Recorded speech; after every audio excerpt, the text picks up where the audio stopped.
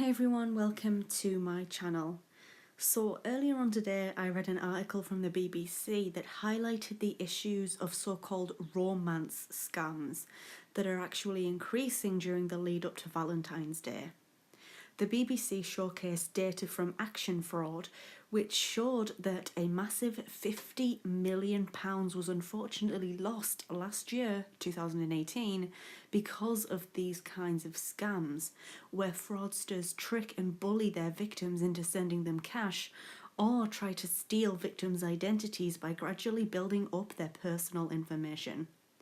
Usually people are targeted from online dating websites or through social media like Facebook or Twitter, with the fraudsters using false accounts to form relationships with their victims. In another article also written by the BBC, they discuss how one person attempted to catch out a scammer, which was a very interesting read to say the least. A lady believed that she had a fiancé in America, however really it's someone from a tiny town in Nigeria.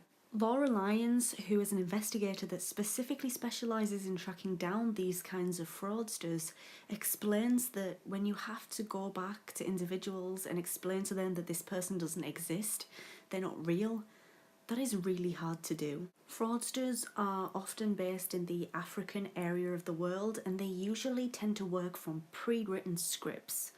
They make up sub-stories aimed to upset and bribe their victims into sending them cash. And what's worse is the victims will tend to lose thousands of pounds from these kinds of scams, usually around £15,000. Plus a staggering 10 scams like this are reported to the police here in the UK every single day. Within this BBC article, a man named Roy Twiggs was discussed, and he was the target for one of these romantic scams, and after working out his finances, he paid his catfish, who was someone pretending to be a woman from the United States named Donna. He had paid her approximately £100,000. Roy thought that him and Donna were going to live a very happy life together and eventually get married. However, unfortunately, that was not the case because this Donna person was trying to scam him, and unfortunately, this person was successful at romantically scamming Roy. Roy actually at the time was a 67-year-old retired man. He clearly should have been enjoying his retirement and the money that he would get from his pension. However, he was giving it all to this Donna character over the internet. However, the thing is with this story in particular that caught my eye was the fact that unfortunately Roy was not just the victim of romantic scamming once, but it also fell for it a second time.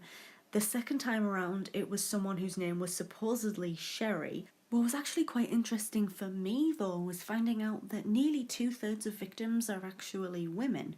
So to hear Roy's story was something a little bit different. And did that shock you that the majority of victims are women rather than men? Let me know in the comment section down below. But of course we have to think that it's not just financially that the victims suffer, it is emotionally and mentally as well. Often this kind of scam is a difficult pill to swallow for many victims, and they're financially damaged, you know? And that must be a horrible situation to be in, where you're taken advantage of and your good gestures are taken advantage of by these scammers and these fraudsters. And I just think it's appalling, to be honest, how anyone would have the guts to be able to do that. But I guess there are people like that in the world, you know. And the criminals who take part in these scams will do anything that they need to do in order to gather the information they need to manipulate and financially destroy their victims. These criminals are completely relentless, and the biggest thing here is that often no one will ever be able to get the money that the victims lost back. So I guess what I'm trying to say here is, let us be careful, let us be safe, and of course never ever send money to those who you've never met or you don't properly know. These people could be absolutely anyone. On the internet, anybody could be anybody, if that makes any sense. I hope it did.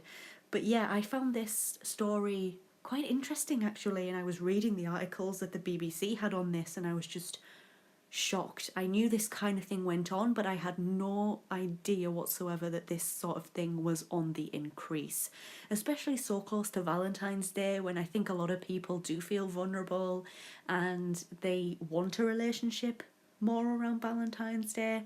I just thought I'd get it out there, share the story a little bit, raise a little bit of awareness. So thank you so much for listening to this video. If you enjoyed it, make sure to leave it a big thumbs up. Have you ever had any kind of experiences with these kinds of romantic scams? Let me know in the comments section down below. If you're new here, click on that subscribe button, and I hope to see you in my next video.